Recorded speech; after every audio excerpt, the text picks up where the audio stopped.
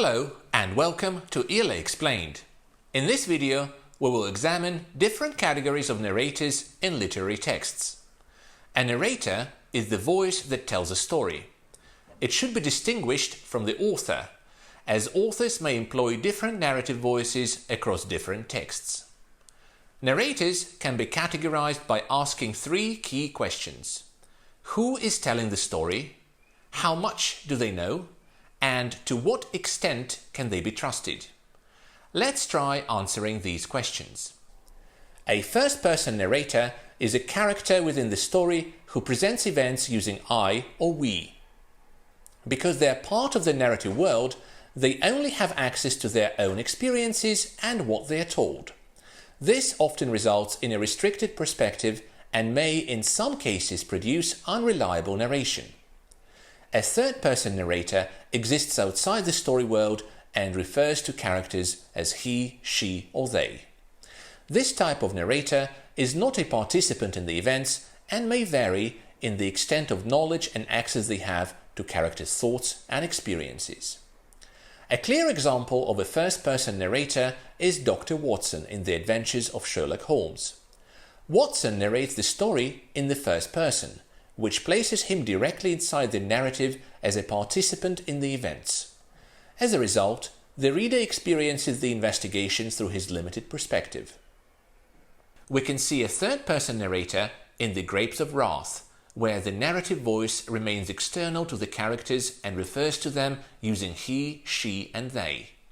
The narration follows the Joad family and presents their actions and dialogue without adopting a first-person perspective.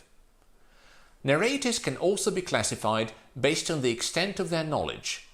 We distinguish between omniscient and limited narrators.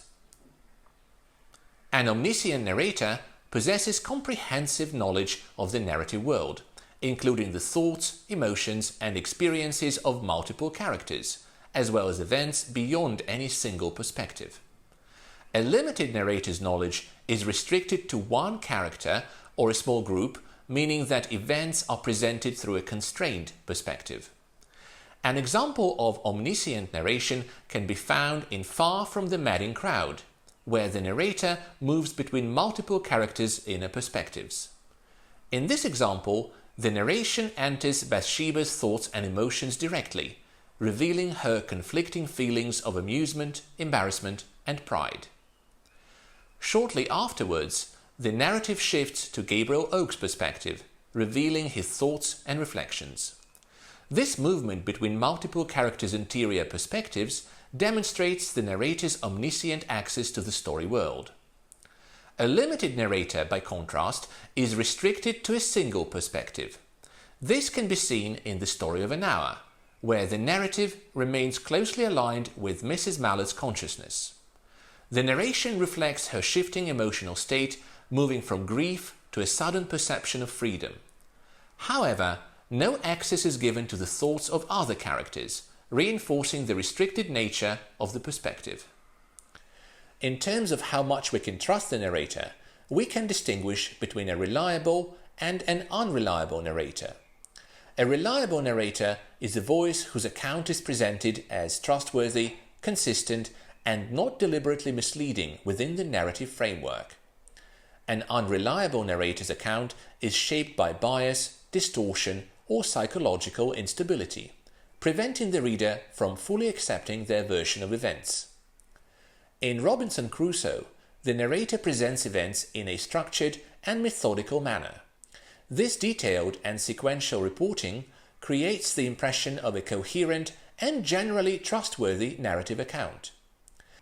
A clear example of an unreliable narrator can be found in The Telltale Heart by Edgar Allan Poe.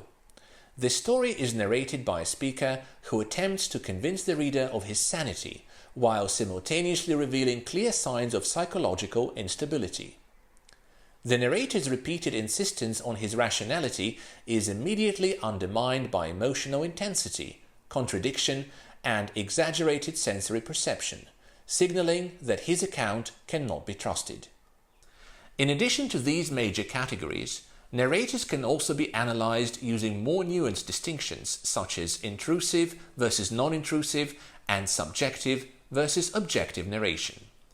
An intrusive narrator actively intervenes in the narrative through commentary, interpretation, or direct address to the reader, thereby shaping the reader's understanding of events.